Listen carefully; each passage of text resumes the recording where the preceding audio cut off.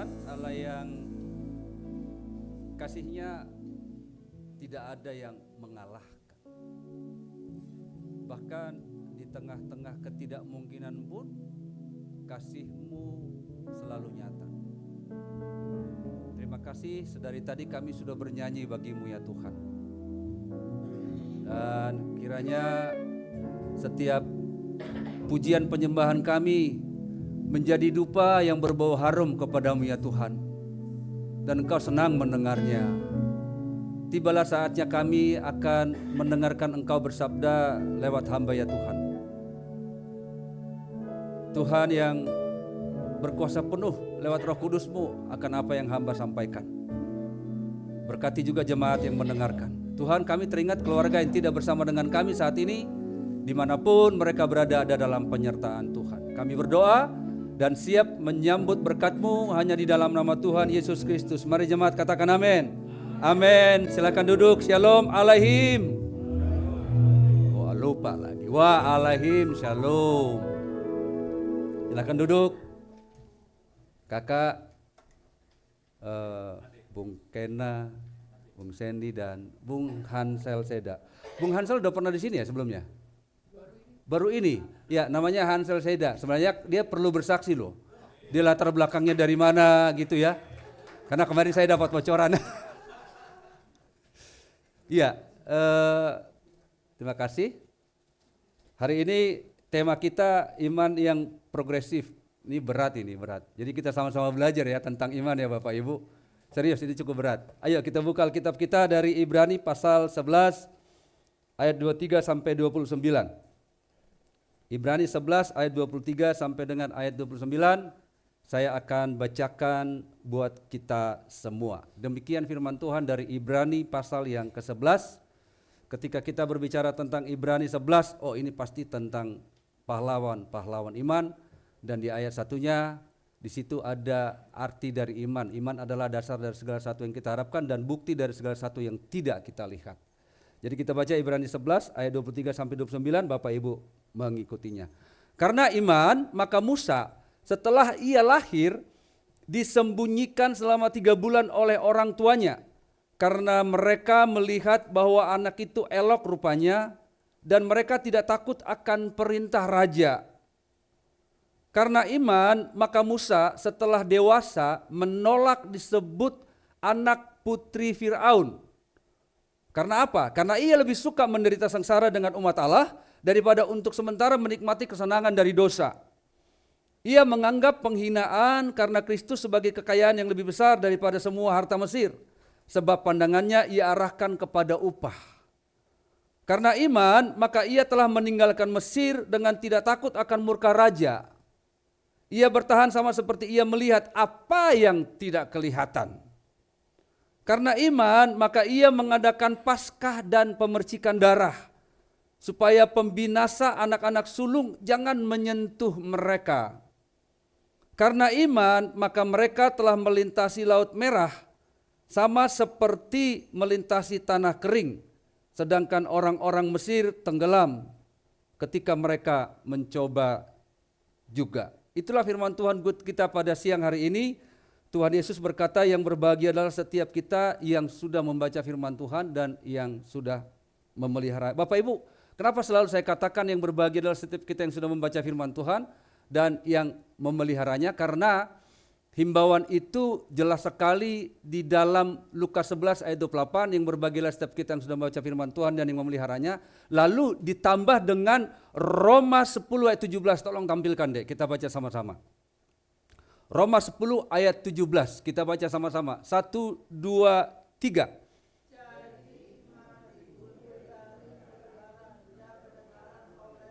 Ya, jadi kan Bapak Ibu, kita ini ada 2 fisik ya. Satu tubuh jasmani, tubuh yang bisa kita pegang-pegang ini, satu tubuh rohani. Dan kita hari ini sedang memberikan makanan kepada tubuh rohani kita, makaroni. Jadi saat kita makan makanan rohani jangan lemes. Oke, kita baca semangat ya. 1, 2, 3. Jadi iman timbul dari pendengaran, pendengaran akan.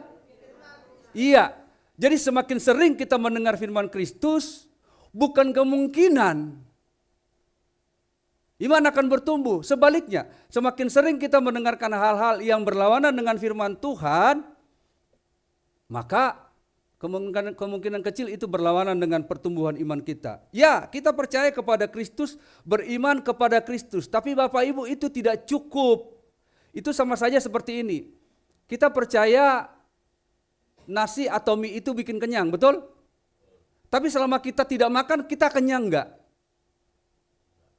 Enggak. Begitu pula firman Tuhan, kita tidak cukup hanya saya percaya kepada Kristus, saya percaya kepada Kristus. Pernah ke gereja? Belum. Pernah baca firman Tuhan? Belum. Jadi enggak cukup hanya percaya kepada Kristus, Bapak Ibu. Karena ketika kita beriman kepada Kristus, tapi kita tidak tahu apa maunya, apa perintahnya, apa larangannya, maka kita tidak akan pernah mendapatkan Kristus seutuhnya. Sekali lagi, ketika kita beriman kepada Kristus, tapi kita tidak tahu apa maunya Tuhan, apa perintahnya, apa larangannya, maka dipastikan kita tidak akan pernah mendapatkannya. Bapak Ibu, kenapa iman itu hal yang sangat penting? Kita tahu bahwa iman adalah tiket ke surga, betul ya? Percaya enggak bahwa iman adalah tiket ke surga? Percaya enggak? Bahwa tanpa iman kita tidak bisa masuk surga. Percaya ya? Tapi ternyata tiket itu tidak hanya sebagai tiket ke surga, tapi iman itu membuktikan bahwa, ini dengarkan penting, bahwa apa yang terjadi di alam fisik, apa yang terjadi di alam yang kita bisa lihat ini, ternyata lebih dulu terjadi di alam roh. Sekali lagi saya katakan, kenapa iman itu penting? Tidak hanya sebagai tiket, tapi iman itu membuktikan bahwa apa yang terjadi di alam fisik, apa yang terjadi di alam yang bisa kita lihat ini, ternyata lebih dulu terjadi di alam roh.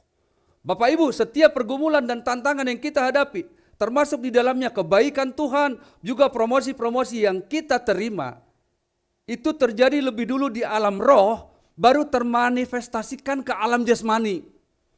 Mungkin kita masih bingung, nanti saya terangkan. Makanya hal yang sangat penting, firman Tuhan mengajarkan kita untuk membangun terlebih dulu tubuh yang tidak kelihatan ini. Sekali lagi, makanya cukup penting untuk kita membangun tubuh yang tidak kelihatan ini. Supaya hidup kita ini enggak untung-untungan, apa yang terjadi ya terjadi tanpa iman. Ngerti ya? Jadi perlu bagi kita untuk membangun tubuh yang tidak kelihatan ini. Mungkin secara jasmani hanya sebagai ibu rumah tangga biasa yang kerjanya kata orang Jawa hanya di 3 ur, tahu ur, di kasur, di sumur, sama di dapur. Mungkin kita saudara hanya sebagai pelajar biasa, hanya karyawan biasa, hanya bisnismen biasa. Tapi ada dimensi yang lebih tinggi dari hanya sekedar ibu rumah tangga biasa. Ada dimensi yang lebih tinggi dari hanya sekedar karyawan biasa. Ada yang lebih tinggi daripada hanya sekedar pemain keyboard biasa. Di mana orang-orang tersebut adalah orang-orang yang memiliki tubuh roh yang luar biasa. Jadi enggak usah berkecil hati Bapak Ibu. Walaupun kita hanya ibu rumah tangga biasa, enggak pernah jalan-jalan, enggak pernah nginjak mall. Ada sih ibu-ibu yang mau kayak gitu, enggak pernah nginjak mall tapi punya iman yang luar biasa. Sekali-sekali ke mall juga dong, boleh dong. Daging ini dikasih manja-manja biasa gitu ya. Makanya Tuhan mau kita harus membangun tubuh rohani dulu, meskipun kita hanya seorang ibu rumah tangga biasa, hanya seorang pelajar biasa, hanya seorang karyawan biasa, bahkan hanya seorang yang sedang mencari pekerjaan, bahkan seorang pensiunan. Tapi ketika kita memiliki tubuh roh yang gagah, ketika kita memiliki tubuh roh yang perkasa, makanya meski terlihat sudah tua atau meski terlihat anak kecil, tidak berwibawa di mata orang, tapi begitu ngomong Bapak Ibu dahsyat. Kata-katanya berkuasa, doanya berkuasa, disenangin banyak orang. Enggak sebaliknya, kelihatan berwibawa, kemana-mana, bawa Alkitab. Bahkan ketika dia buka dompetnya lambangnya salib. Tapi saat kumpul dengan temannya gospel, tahu gospel? Gosip sekitar pelayanan. Catat.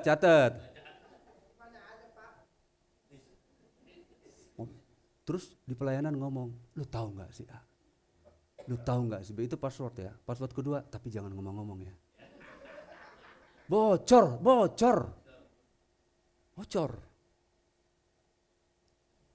Tampangnya hamba Tuhan. Cuman kemana-mana hanya nggak pakai kolar aja. Tapi pelitnya minta ampun. Pembantu di rumah nggak ada yang tahan. Jalanan emosian dan masih banyak lagi. Ini karena apa? Karena tubuh rohnya nggak pernah dibangun. Tubuh rohnya nggak pernah dibangun. Maka dari itu Bapak Ibu penting untuk kita membangun tubuh roh, serta penting bagi kita untuk memiliki iman yang teguh. Karena begini, jika iman kita teguh, jika iman kita kokoh, jika iman kita gagah, jika iman kita kelas pahlawan seperti bacaan Ibrani tadi itu, maka apapun situasi yang terjadi di luaran sana, dunia sedang kacau, harga makin tinggi, keadaan baik tiba-tiba berubah jadi keadaan yang tidak baik, pasangan hidup kita ngacau, kesulitan uang dan lain sebagainya. Maka saya percaya ketika kita memiliki tubuh roh yang kuat, tubuh roh yang gagah, tubuh roh yang perkasa, maka tidak akan ada kata menyerah, tidak akan ada kata sungut-sungut, tidak akan ada kata saling menyalahkan. Betul kan?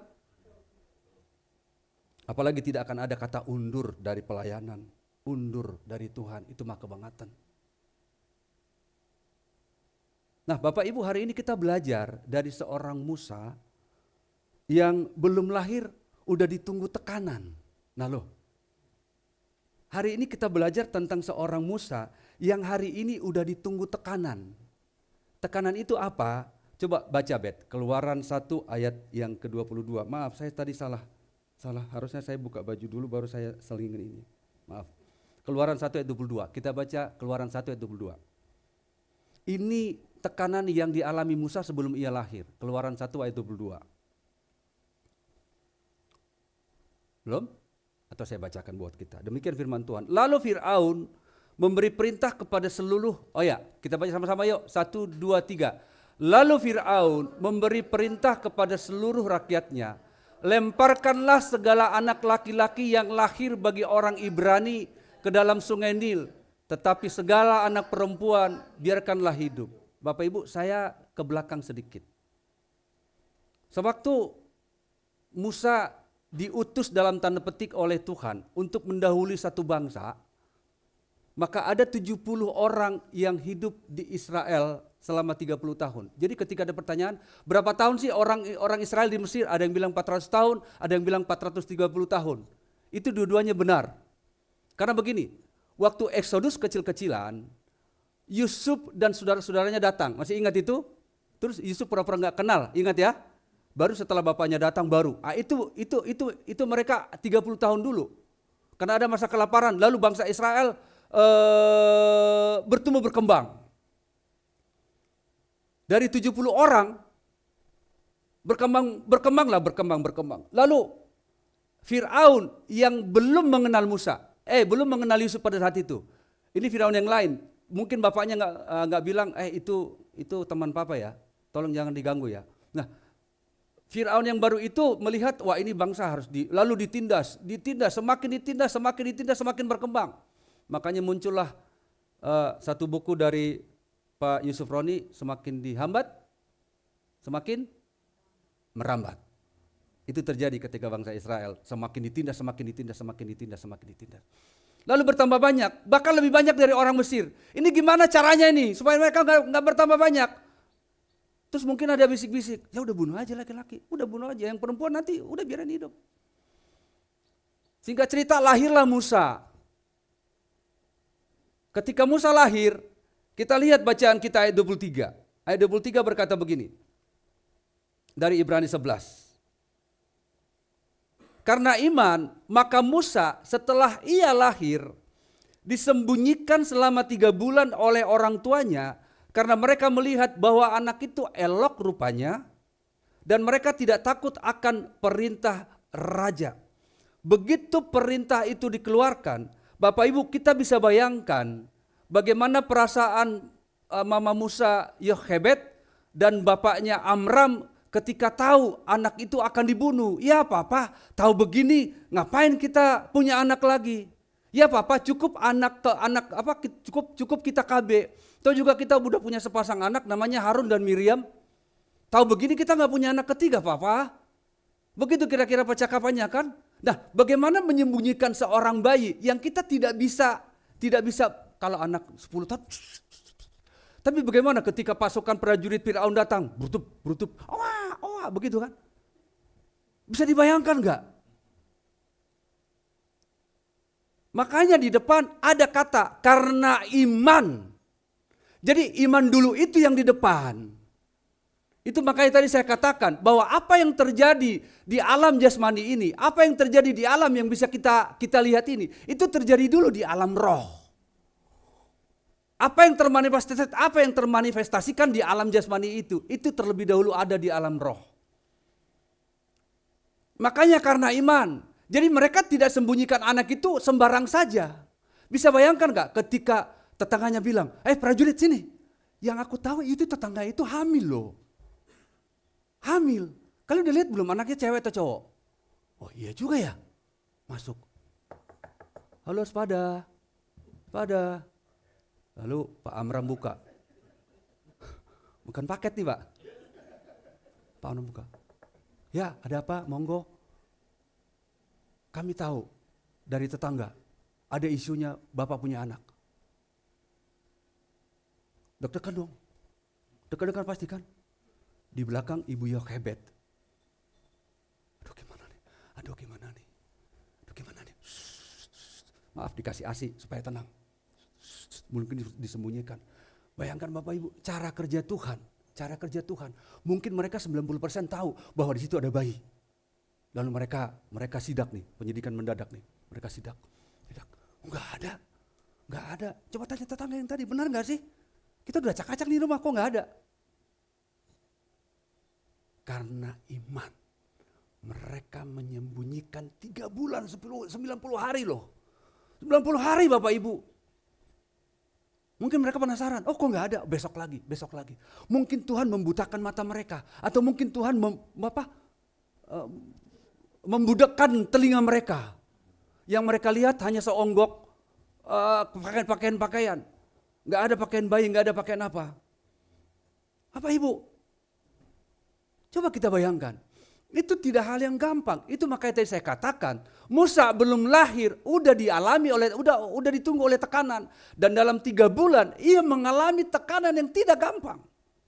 Bapak Ibu kalau bayi biasanya pagi-pagi dijemur ya, ini Musa gak pernah mengalami matahari 3 bulan. Benar ya? Tapi bayi Musa sehat-sehat aja tuh. Bukan hal yang gampang. Tidak gampang menyembunyikan bayi. Karena kan sebelumnya pasti Yochebed itu pernah keluar dong. Betul ya? Olahraga gitu, ibu-ibu hamil, biasalah ya. Tapi timbul pertanyaan. Kok bisa? Bapak Ibu, ini adalah desainnya Tuhan. By design. Agak keren-keren dulu ya. By design. Kenapa saya katakan begitu? Dek, coba buka. Kisah Rasul 7 ayat 20. Tadi dikatakan bahwa Musa itu elok rupanya ya. Oke, kita baca sama-sama. 1, 2, 3.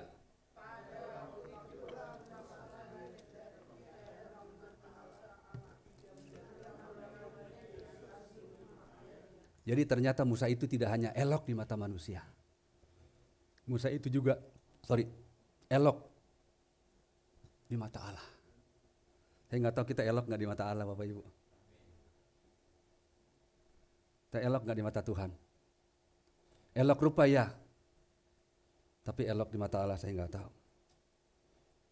Jadi jelas kenapa bayi Musa ini terlindungi, karena ia ternyata elok di mata Tuhan. Bapak Ibu tidak bermaksud sekali lagi ya, tidak bermaksud mendramatisir keadaan selama 3 bulan, tidak bermaksud ya. Mungkin mereka tidak sekali 2 kali sidak ke rumahnya Yochebed dan Amram. Bahkan pernah saya menonton film udah lama ini, waktu bayi Musa bukan ditenggelamkan ya, ditaruh di Sungai Nil. Itu tidak seperti tenangnya air kolam. Enggak. Jadi di film itu bayi Musa ada arus sungai yang tenang, ada arus sungai yang berarus, ada yang seperti air terjun karena Miriam mengikutinya. Mungkin untuk keranjang bayi sekecil bayi 3 bulan, buat kuda Nil itu sekali telan, betul kan? Saya nggak tahu dulu udah ada kuda Nil belum? Kita sepakat udah ada lah ya. Apa googling dulu nih? Tapi di film itu tidak sedikit buaya yang mengincar bayi itu. Tidak bermaksud untuk mendramatisir sebuah keadaan. Dengan kata lain, Musa lahir sampai Musa berumur 3 bulan. Ia ada di bawah tekanan.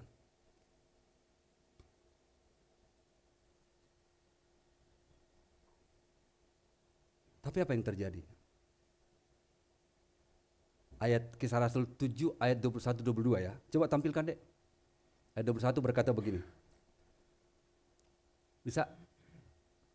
Ini yang diawali oleh Musa dulu. Ketika singkat cerita Musa udah ada ditangkap oleh putri Firaun, lalu nggak lama Miriam kakaknya bilang, Tuan Putri mau nggak saya carikan inang penyusuh? Oh boleh. Yang dicari ibunya, oke? Dan ibunya ada di dalam istana itu, oke? Nah ini dia.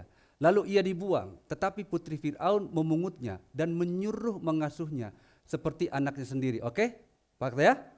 Pernah nggak dengar Musa ketika Musa diutus oleh Tuhan, Musa katakan dia tidak fasih lidah? Pernah ya? Gagap ya? Gagap.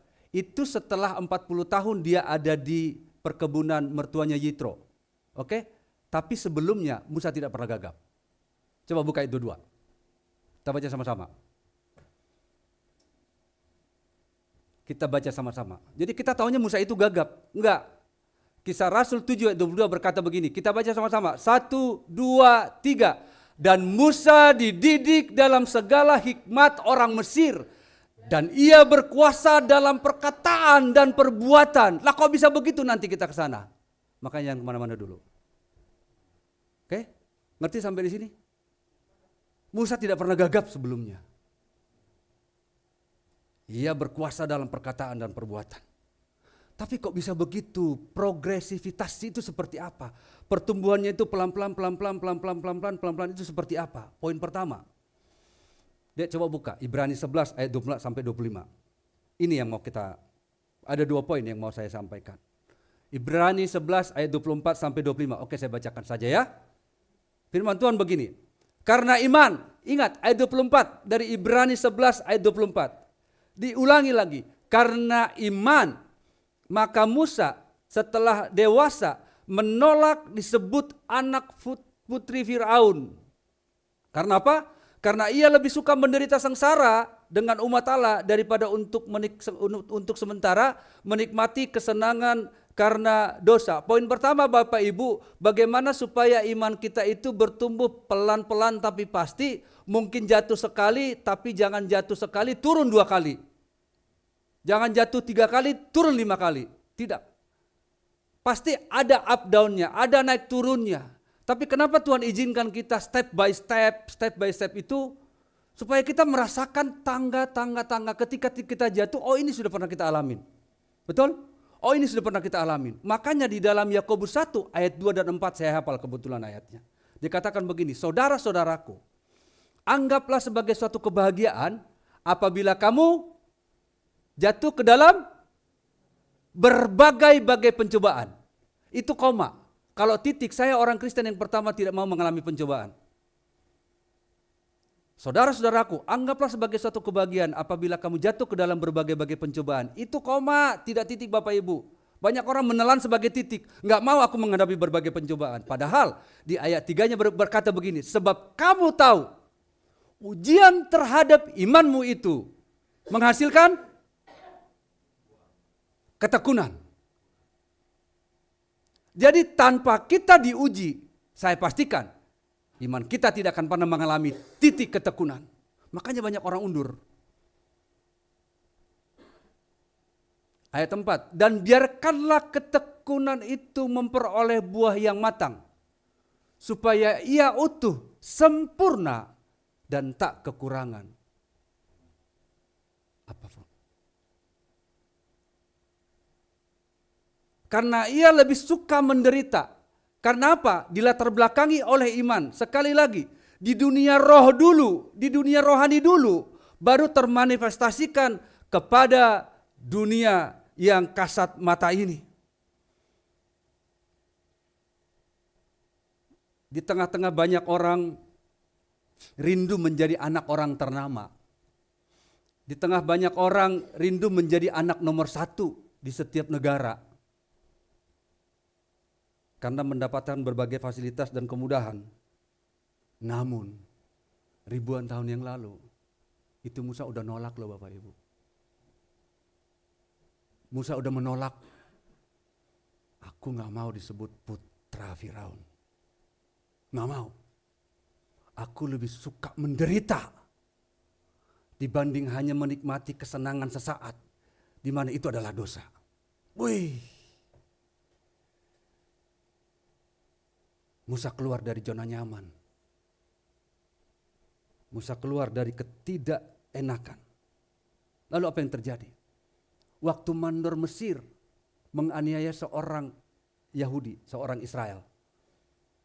Feeling Yahudinya itu nongol. Feeling Yahudi Musa nongol. Oke? Makanya itu mungkin kalau ngotak-ngatik orang Israel, ya mau 10 bangsa pun menghajar Israel, nggak takut. Lalu ketika lihat seorang mandor Mesir menganiaya, mungkin kerja paksa gitu, menganiaya orang Israel, Musa tarik, lalu bunuh. Singkat cerita, 40 tahun pertama kehidupan Musa di istana raja, di istana Firaun, ia tinggalkan. Lalu ia masuk ke fase kedua. Ia lari ke Midian, lalu ia bertemu dengan Yitro, mertuanya. Bapak Ibu, di situ singkat cerita, di situ dia digembleng. Dia tidak pernah berpikir, tahu begitu mah enaknya di istana, di sini aku hanya menggembalakan kambing domba, ngurus kambing 40 tahun Bapak Ibu. Umur Musa berapa umur Musa? Umur Musa berapa? Salah. Umur Musa berapa? 120 tahun. Dan 120 tahun ini dibagi 3. Oke, saya singkat cerita aja waktu berjalan terus. Yang pertama 40 tahun dia jalanin di istana Firaun. Oke, 40 tahun kedua ia jalanin di padang gurun Midian bersama mertuanya. 40 tahun ketiga ia jalanin di pengembaraan dari padang pasir, dari Mesir ke Kanaan, itu 40 tahun. Jadi fase Musa itu dari orang katakan I am nothing, ya kan? Tapi kemudian I am something, kurang lebih seperti itu. Karena apa? Karena dia tidak ada apa-apanya ketika dia ada di istana Firaun dan di Midian bersama dengan mertuanya, dia nggak ada apa-apanya. Dia dihajar oleh Tuhan, digembleng oleh Tuhan. Lalu ia menjadi sesuatu karena Tuhan katakan pimpin mereka. Ia keluar dari zona nyaman. Itu poin pertama. Bapak Ibu, saya tidak tahu ya. Apakah ketika kita mau ke gereja, kita sudah memantapkan. Tuhan sudah kasih saya seminggu, 6 hari kali 24 kali 6, 24, berapa itu? 124 jam.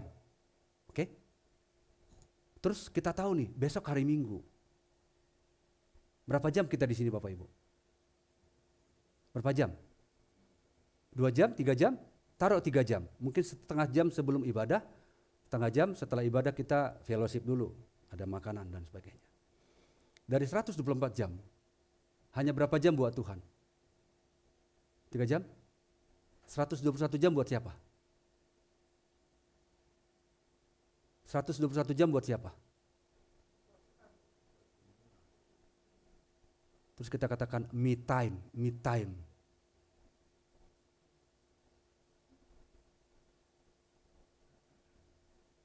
Itu pun kadang-kadang baru setengah 10, baru puji-pujian.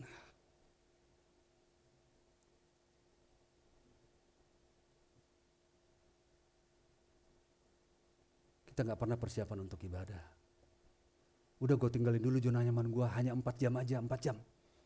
4 jam, 1 jam sebelum ibadah, 1 jam setelah ibadah. Enggak jaim, enggak. Bisnis kita, proyek kita enggak gagal hanya karena kita ibadah 2 jam. Udah simpan dulu.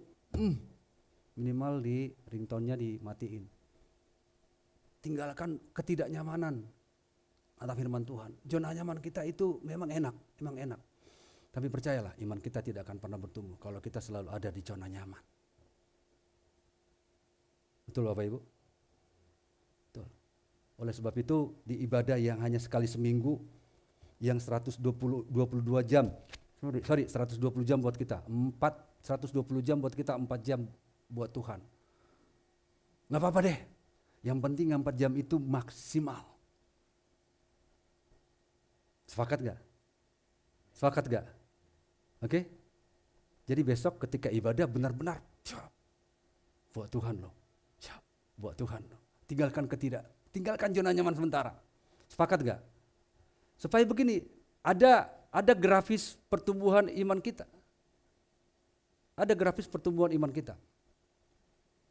Kalau kita masih melirik-lirik ke belakang, nanti saya baca ayatnya dari Filipi 3. Lirik-lirik ke belakang, kadang-kadang tarikan itu enak ya. Tarikan itu enak. Semalam di rumah duka Uki, ada 2 yang kebetulan di rumah duka Uki dua-duanya. Satu mertua dari adiknya istri, Riris, sering kesini, itu meninggal.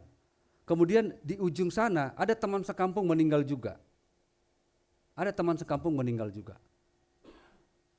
Terus banyak orang mengutip ayat dari apa yang dikatakan Musa dari Mazmur 90 itu. Umur manusia berapa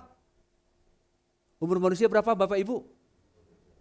70 sampai 80? Kita sepakat gak itu? Sepakat ya? Oke, lihat konteksnya. Saya undur sedikit. Musa katakan itu, konteksnya ketika perjalanan dari Mesir ke Kanaan. Waktu orang Mesir eksodus besar-besaran, 600.000 hanya laki-laki. Diperkirakan 2 juta orang. Inilah transmigran terbesar sepanjang abad. 2 juta orang itu belum binatang, belum kambing domba, belum sapi buat korban bakaran kepada Tuhan. Itu gak gampang, itu eksodus besar-besaran. Lalu usia mereka itu ada yang 0 tahun baru lahir, sampai ada yang 70 tahun, 80 tahun, 90 tahun, ada yang 100 tahun eksodus pada saat itu. Oke? Lalu dalam perjalanan itu, ini yang lahir di Mesir ini harus habis. Lalu siapa yang masuk Kanaan? Yang lahir di perjalanan. Makanya by design-nya Tuhan, kenapa ada 12 orang pengintai, 2 orang itu Yosua dan Kaleb, 10 orang lagi tidak dikatakan. Ini menghasut, kami lihat kita seperti belalang, nanti kita dimakan habis, betul? Lalu yang 2 orang berkata begini, benar mereka kuat, tapi kita punya Tuhan yang lebih kuat. 40 hari mereka mengintai, lalu 1 hari dihitung 1 tahun. Makanya orang Israel berputar-putar 40 tahun untuk dalam tanda petik menghabisi generasi yang lahir di Mesir. Lalu ketika mereka mau masuk tanah Kanaan, usia mereka sudah ada yang 70, ada yang 80 tahun. Mungkin ada yang keluar 30 tahun pada saat keluar dari Mesir, ada yang 40 tahun. Nah, orang-orang inilah yang mulai masuk ke tanah Kanaan, udah pada sakit-sakitan. Itu makanya Musa katakan, umur kita 70 sampai 80 tahun itu konteks dalam perjalanan dari Mesir ke Kanaan. Karena kalau umur kita 70 sampai 80 tahun, nggak usah jauh-jauh ke Mesir, nggak usah jauh-jauh kemana. Amang Simajuntak umur 90 tahun. Amang harusnya 10 tahun yang lalu sudah pergi. Maaf ya. Jadi benar gak konteks 70-80 tahun itu masih benar? Ayo tadi siapa yang ngangguk? Itu konteks perjalanan dari Mesir ke Kanaan. Satu lagi, yang ngomong itu umurnya udah hampir 120 tahun Musa. Jadi konteks itu gak benar. Umur kita hanya 70 sampai 80 tahun. Saya pernah khotbah sama yang dengar pendeta HKBP. Karena itu selalu diserahkan. Oh, udah dapat bonus ya. Udah 91 tahun. Oh, dapat bonus 21 tahun. Gila, emang Tuhan pandang bulu yang itu dapat bonus, kita gak dapat bonus. Gak ada bonus umur. Catat itu. Nggak ada bonus umur. Yang lain tuh baru lahir 2 hari terus mati. Nggak ada bonus umur. Kasihan dong udah 69 hari 69 tahun 364 hari. Ya besok gue mati. Kok gitu? Ya kan Musa katakan 70. Belum, kalau kuat 80. Lah kalau kuat. Jadi Bapak Ibu, kita nggak tahu umur kita kapan. Tapi kita masih ada di zona nyaman. Kita masih ada di zona nyaman. Mau doa pagi, ngantuk. Doa ini ngantuk. Imam melayani ngantuk. Tapi Musa pilih itu. Ia lebih rela menderita dibanding bersenang-senang lalu berdosa sementara. Oke? Itu poin pertama. Meninggalkan zona nyaman. Yang kedua, memilih dan percaya pada Tuhan. Bapak Ibu, kita tahu Musa dipanggil pada usia keberapa? Usia ke-81 tahun. Usia 81 tahun masih muda atau udah tua? Tua. Sepakat ya? Iya, sepakat. Jangan takut lagi menjawab, ini benar-benar. Ini benar-benar. Kita sepakat umur 80 tua. Titik. Lalu Tuhan katakan, Musa sini.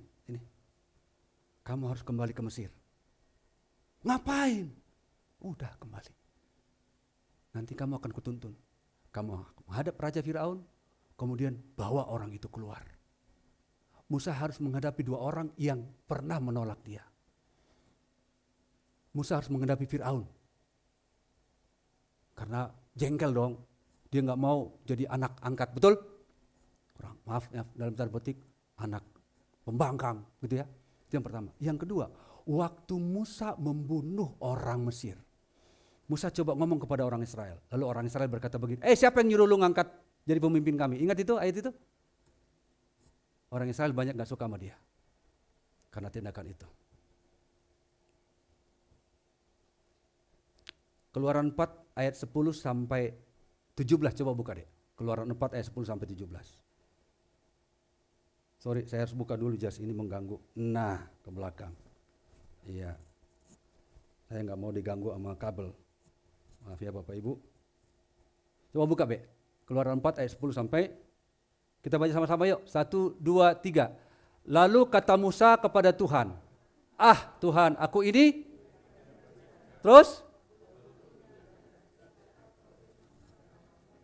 Ayat 11. Tetapi Tuhan berfirman kepadanya, siapa yang membuat orang bisu atau tuli, membuat orang melihat atau buta? Bukankah aku?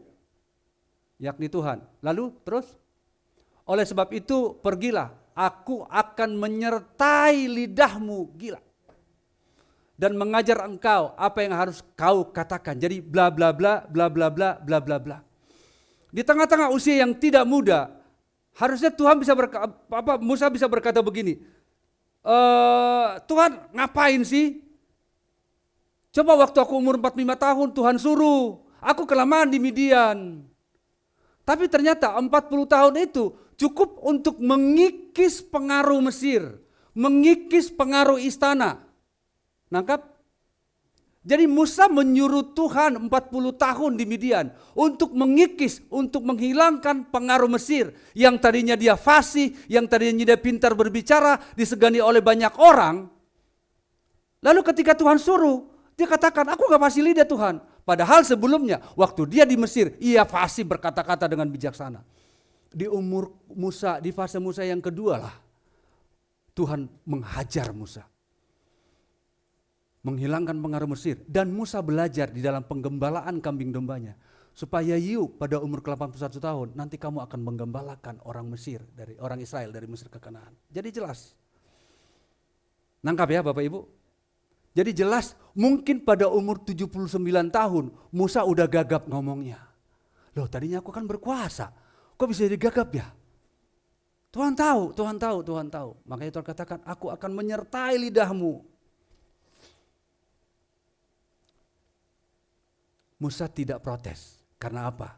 Satu ayat lagi deh, Bilangan 12 ayat yang ketiga. Harusnya Musa marah ya, tapi ternyata enggak. Bilangan 12 ayat yang ketiga. Kita baca satu-satu, jangan pelan, yang tegas tapi tidak buru-buru. 1, 2, 3.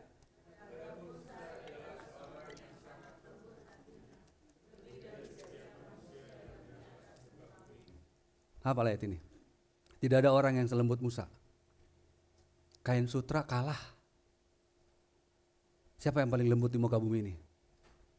Tidak ada selain Musa. Makanya Musanya protesnya, Tuhan aku gak fasih lidah. Tenang, aku yang memperhatikan kamu. Tenang, aku yang menyertai kamu. Bapak Ibu, kita sampai di akhir khotbah. Dulu sebelum kita bertobat, masih hidup dalam dosa, larinya kencang sekali. Wah, kemana-mana. Rasanya kalau orang menasihati kita waktu kita masih hidup dalam dosa, ketika lihat pendeta atau majelis pasti ngelak. Betul ya?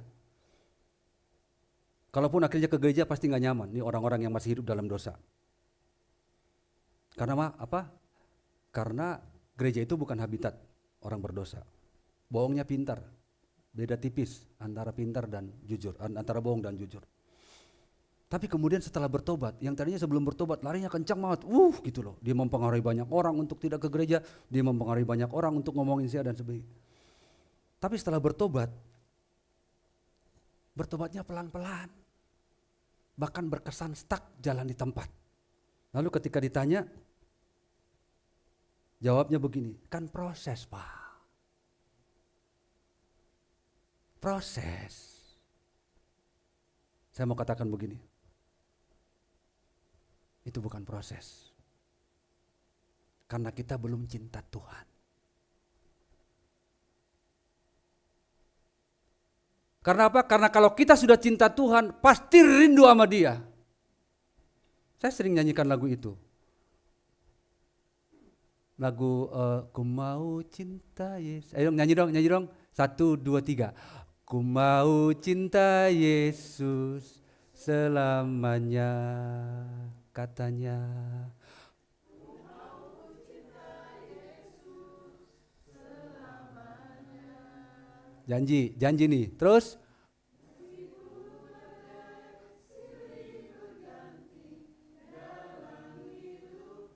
Katanya.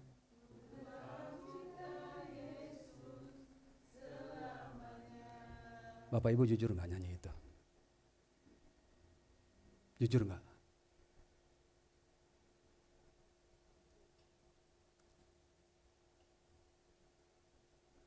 Ku tetap cinta Yesus selamanya. Ya Aba, Bapa, ini aku anakmu. Seluruh hidupku. Penyerahan.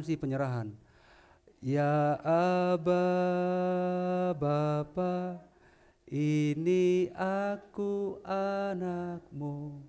Pakailah sesuai dengan rencanamu. Saya tadi tertarik dengan pujian penyembahan kita pertama. Kak Jun bisa ditampilkan gak? Kak Monci? Yang tadi pujian pertama itu kata-katanya, bisa nggak ditampilkan? Coba tampilkan kata-katanya. Saya masih punya waktu nggak? Masih nggak? Masih ya, nanti ada ilustrasi. Terus bila ku buka mataku dan lihat wajahmu, terkagum.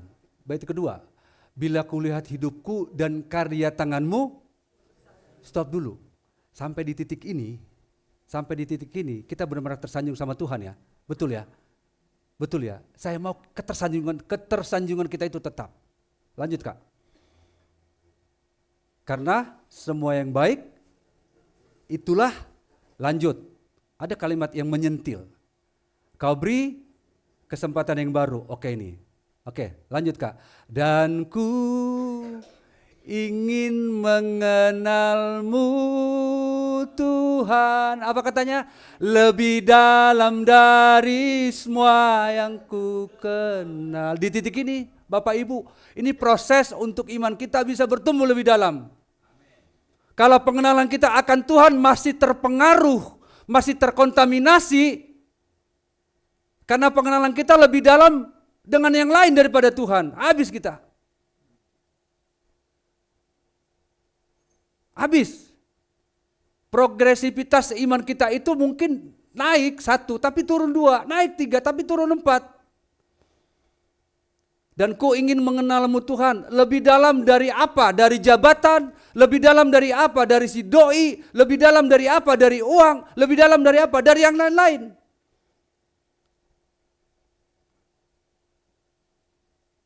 Harus lebih.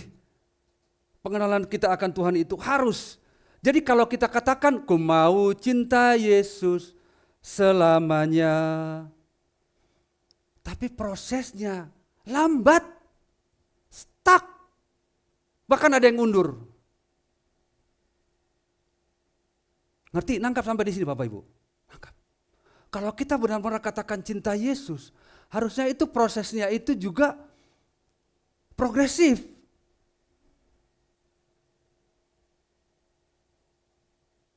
Coba tampilkan deh, Filipi 3:8 dan Filipi 3:13 sampai 14. Ayat terakhir sebelum kita sampai kepada ilustrasi.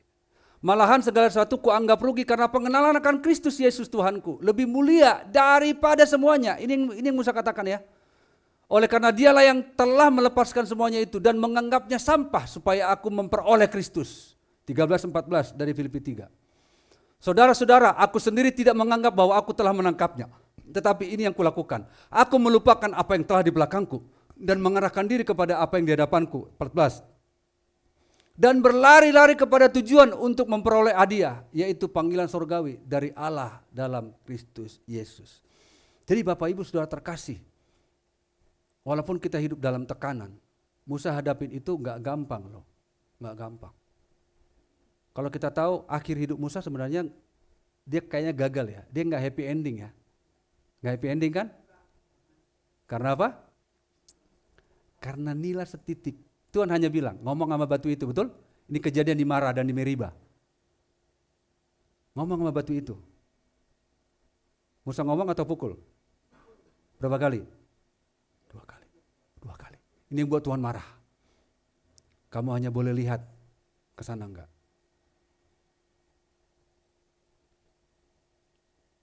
Bapak Ibu tahu pohon korma? Pernah lihat pohon korma? Pernah lihat? Dia untuk pohon korma tumbuh enggak seperti menanam biji mangga, biji rambutan. Tanam 1 jengkal, 2 jengkal, tutup. Pohon korma kan di padang pasir ya Bapak Ibu ya. Oke. Kalau itu kita tanam biji pohon korma sejengkal, 2 jengkal, kita tanam. 10 menit kemudian kita coba ke situ. Hilang. Karena apa? Karena bijinya udah dibawa angin 1-2 kilo ke jauh. Karena angin padang pasir. Lalu bagaimana untuk menanam, menumbuhkan pohon korma? Ditanam 1-2 meter. Dalam, cukup? Enggak. Lalu pemilik kebun akan ambil batu besar. Terap, bayangkan belum numbuh udah dalam tekanan. Oke? Tidak sampai di situ. Berapa lama kemudian bijinya pecah, tes. Tapi numbuhnya gak ke atas. Belum. Pohon korma itu selalu akarnya itu akar penasaran. Sebelum ketemu air, pohon korma tidak berhenti akarnya untuk mencari air. Pernah ahli menemukan panjang akar pohon korma 200 meter. Merambat terus, merambat terus, merambat. Karena pohon korma itu akarnya bukan akar tunggal ya. Dia akar serabut ya. Merambat terus, merambat terus, merambat terus, tap dapat air. Lalu kebutuhan pohon itu diserap oleh akar. Serap, serap, serap. Sampai ke biji tadi. Begitu nyampe di biji, cukup untuk menumbuhkan tunas. Trap, terus pecah. Tunas pohon korma sama tunas pohon kelapa itu ereksi, tegak. Betul kan? Enggak kayak tunas teh pucuk begitu ya, yang itu ya bukan. Dia tegak.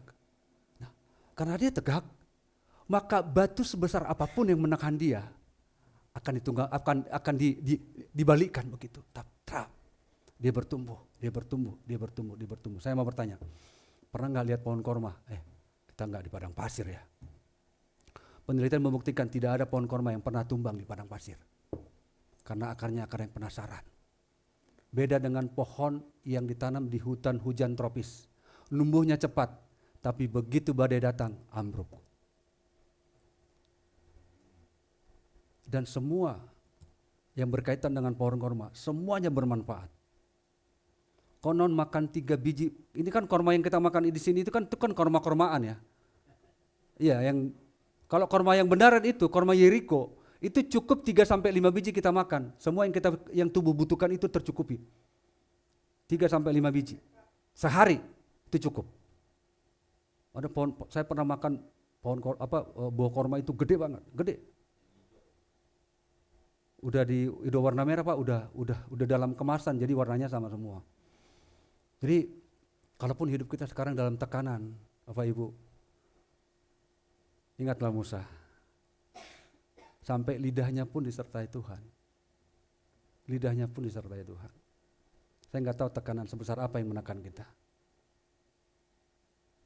But don't tell how big your problem. Saya 2 minggu ngapal ini Bapak Ibu.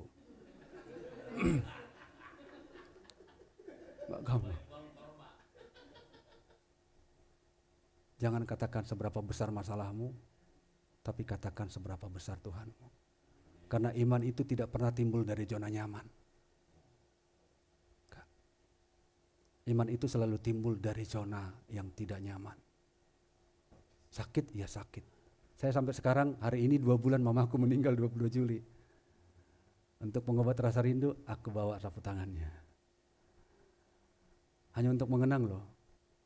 Seberapa sih mamaku udah meninggal, tapi Tuhan tidak pernah meninggalkan kita. Amin. Ada Tuhan yang bersama dengan kita. Amin. Yuk, kita nyanyikan pujian pertama tadi yuk. Ayo, bantu saya.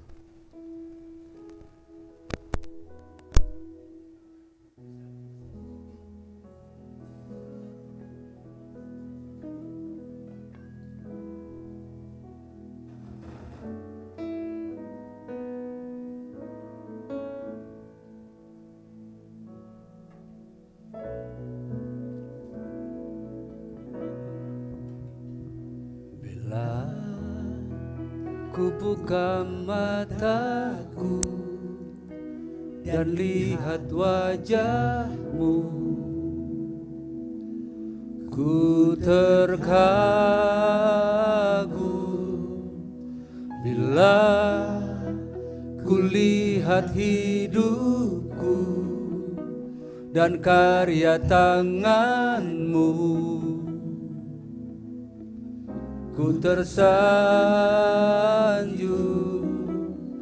karena semua yang baik dalam hidupku, itulah karya-Mu. Kau beri kesempatan yang baru, dan ku ingin mengenal-Mu Tuhan lebih dalam dari semua yang ku kenal. Karena kasih yang melebihi-Mu, ku ada untuk menjadi. Ya Bapak Ibu, kita berdiri yuk. Kita ulangin dari awal lagu ini. Ayo, lihat seluas-luasnya kebaikan Tuhan sama kita.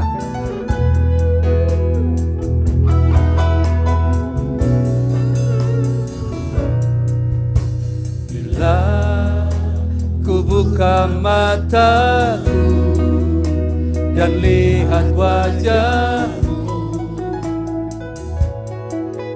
ku terkagum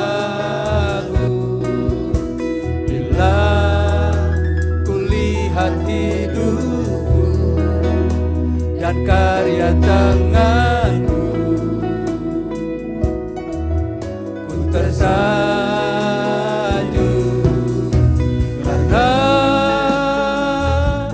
semua yang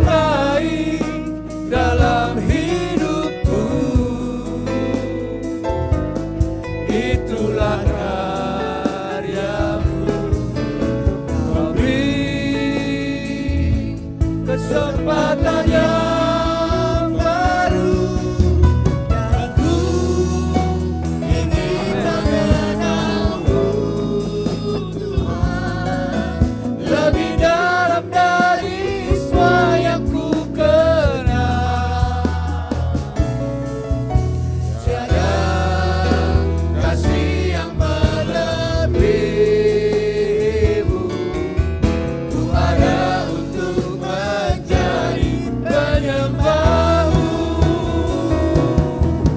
dan ku ingin mengenalmu Tuhan, lebih dalam dari semua yang ku kenal. Tiada kasih yang melebihimu. Ku ada untuk menjadi penyembahmu. Ku ada untuk menjadi. Ku ada untuk menjadi penyembahmu. Ku ada untuk menjadi penyembahmu.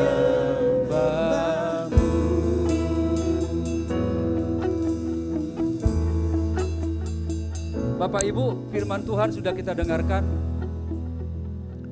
Tentu dunia ini adalah lapangan pertandingan kita untuk iman kita terus semakin diuji dan semakin diasah. Sebenarnya kita harus bersyukur ketika ada permasalahan, ketika ada tekanan. Karena itu seyogyanya untuk mengasah iman kita. Percayalah, ketika kita tidak pernah menghadapi zona tantangan, maka sesungguhnya iman kita tidak akan pernah teruji. Maka ketika tidak teruji, ada masalah datang, tidak heran undur, tidak heran nggak ke gereja, tidak heran nggak mau melayani, karena imannya tidak pernah teruji. Apapun yang ada sekarang, tantangan seberat apapun, permasalahan keluarga, hubungan orang tua dengan anak, pekerjaan, tantangan apapun, bersyukurlah Tuhan hadirkan itu. Karena itu untuk membuat iman kita bertumbuh, bertumbuh dan bertumbuh. Mari kita berdoa.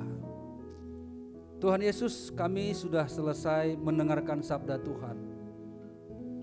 Terima kasih firman-Mu kembali mengingatkan kami untuk kami siap menghadapi tantangan seberat apapun. Karena itu pernah dialami oleh Musa. Justru ia meninggalkan zona nyamannya, hidup dalam istana kemegahan, berbagai fasilitas ada, tapi ia lebih suka menderita dengan umat Tuhan daripada merasakan kesenangan sementara karena dosa. Bahkan ia digembleng oleh Tuhan, 40 tahun dia ada di padang gurun Midian untuk mengikis pengaruh Mesir. Sampai akhirnya Musa gagap, tidak fasih lidah, dan Tuhan kembali memakai Musa. Ada proses yang mungkin kami sampai detik ini, kami hampir nothing, kami hampir gak ada apa-apanya Tuhan. Kami merasa bahkan mungkin hampir hopeless. Tapi kami yakin ada Tuhan yang senantiasa bersama dengan kami, menuntun kami, mengarahkan kami perlahan tapi pasti.